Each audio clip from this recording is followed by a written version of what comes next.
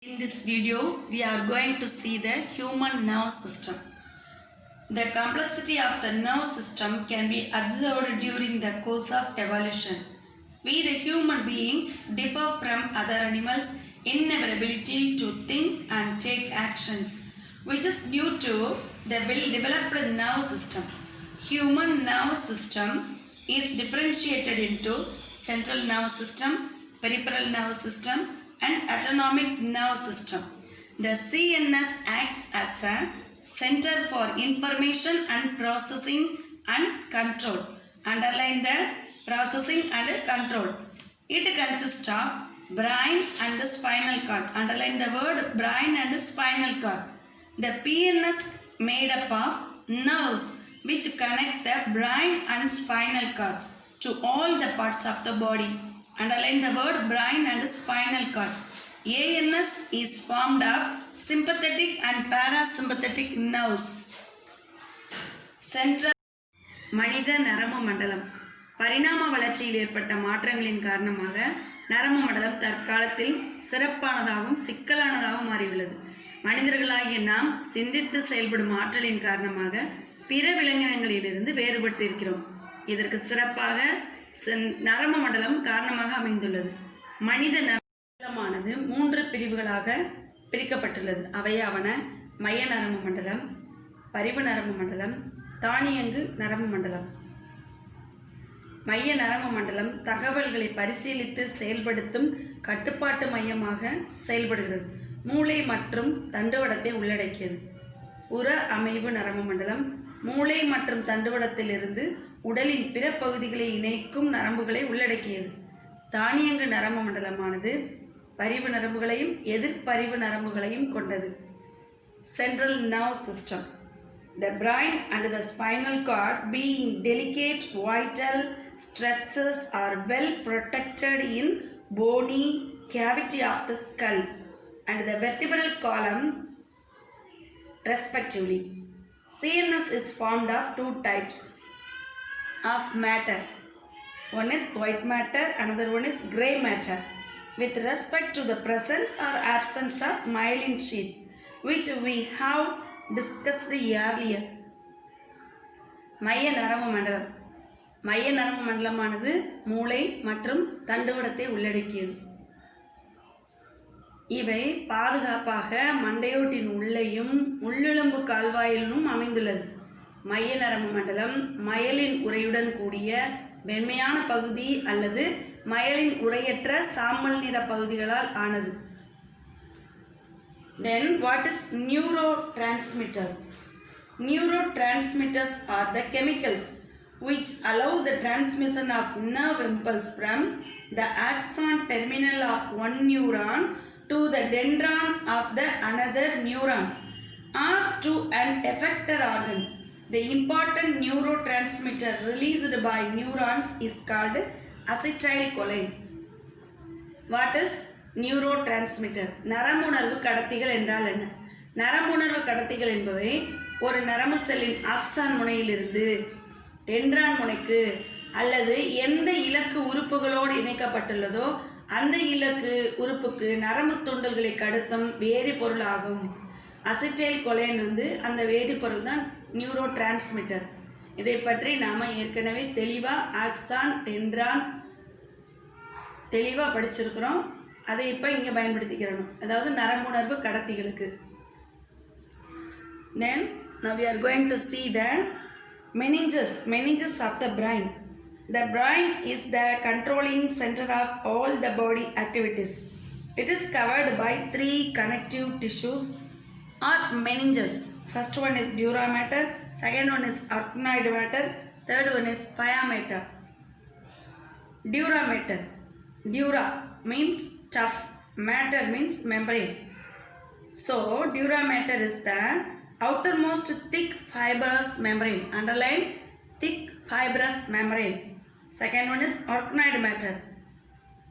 Arachnoid means spider, is the middle thin vascular membrane. Underline the word thin vascular membrane, providing the web-like cushion. Third one is pia mater. Pia means soft or tender. Pia mater is the innermost thin delicate membrane. Underline the word thin delicate membrane, richly supplied with blood. Then meninges membranes protect the brain from the mechanical injury. Underline the word mechanical injury. Protect the brain from mechanical injury. நமது மூளையில் அனைத்து செயல்பாடுகளையும் கட்டுப்படுத்தும் மையம் வந்து மூளை. இந்த மூளையானது உடலில் அனைத்து செயல்பாடுகளையும் கட்டுப்படுத்துது. 3 உரை அந்த மூளை சூழப்பட்டிருக்குது. Dura matter, arachnoid matter, pia matter. Dura matter என்பது கடினமான மேட்டர். இது வெளிப்புற தடினமான ஜவ்வுப்படலம். அரக்னாய்டு மேட்டர் நடுப்புற மென்மையான சிலந்தி வலை போன்ற ஜவ்வுப்படலம், அதிர்வு தாங்கியாக செயல்படுது. அடுத்து பயா மேட்டர், மென்மையான பகுதி, உட்புற உரை. இதில் அதிகமான இரத்த நாளங்கள் காணப்படுது.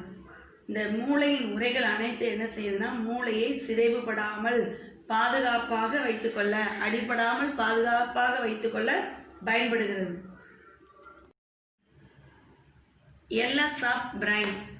A human brain is formed of 3 main parts: forebrain, midbrain and hindbrain. LS means longitudinal section of brain. First, forebrain. The forebrain is formed of cerebrum and diencephalon. The latter consists of dorsal thalamus and ventral hypothalamus. மனித மூளை 3 பகுதிகளாக பிரிக்கப்பட்டுள்ளது. அவையாவன முன்மூளை, நடுமூளை, பின்மூளை. முன்மூளையானது பெருமூளை cerebrum மற்றும் டைன்செப்லான் என்பவைகளால் ஆனது. டைன்செப்லான் மேற்புற thalamus, கீழ்ப்புற ஹைப்போதலாமஸை கொண்டுள்ளது. Cerebrum. It is the largest portion, forming nearly 2/3 of the brain.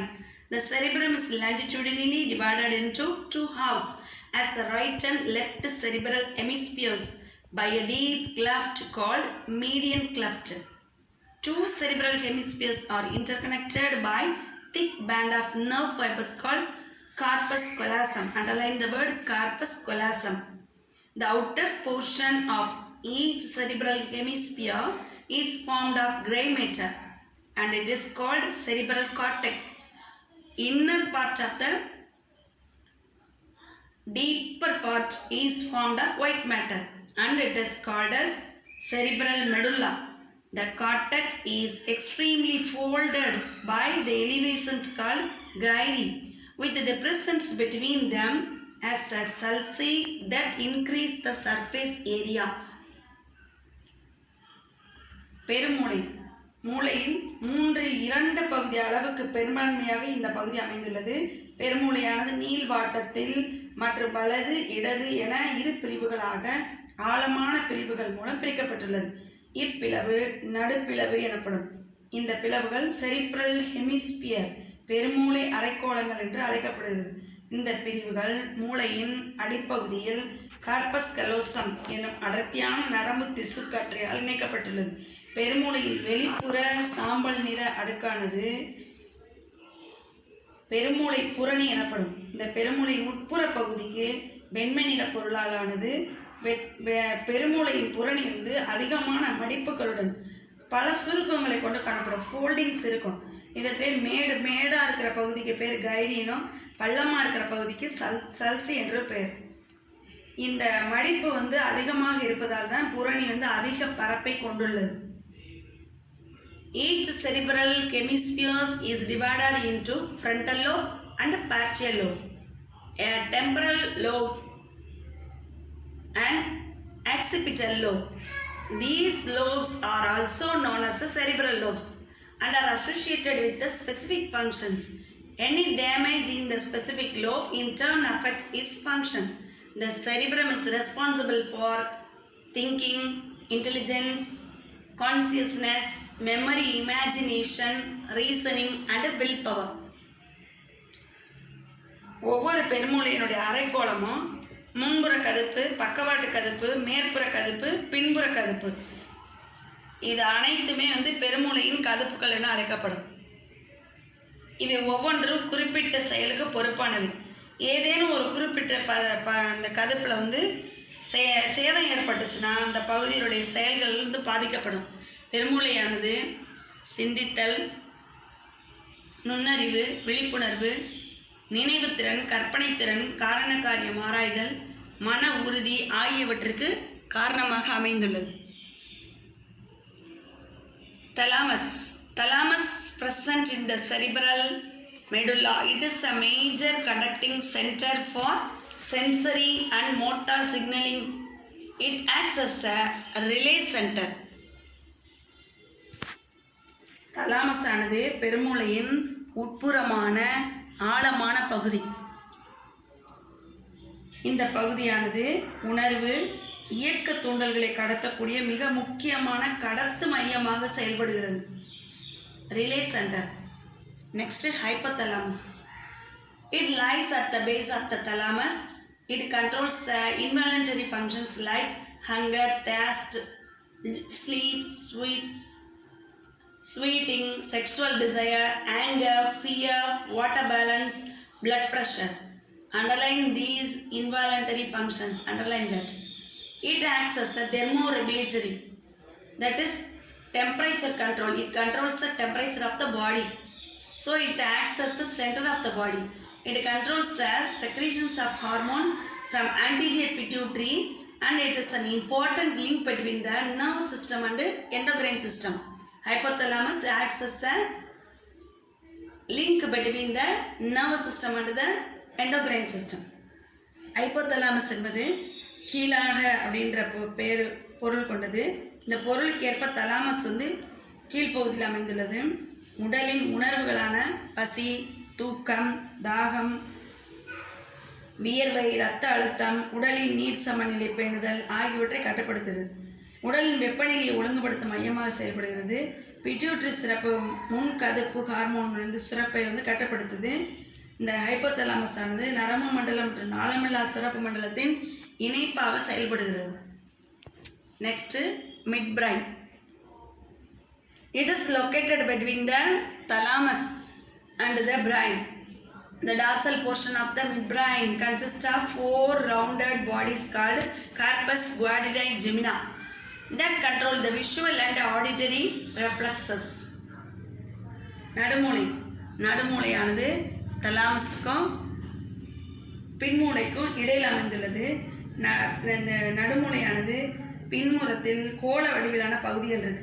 இதுக்கு கார்பரா கொலாட்ரோ குவாட்ரிஜினா என்ற பெயர். இது பார்வை மற்றும் கேட்டலின் அனிச்சை செயல்களை கட்டுப்படுத்துகிறது. ஹின்பிரைன். LS of brain.